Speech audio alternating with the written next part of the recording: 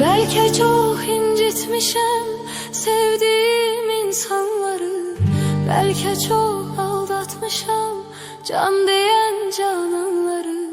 Sonda görmezden gelip ettiğim nöksanları, var ümidim affedersen sen beni.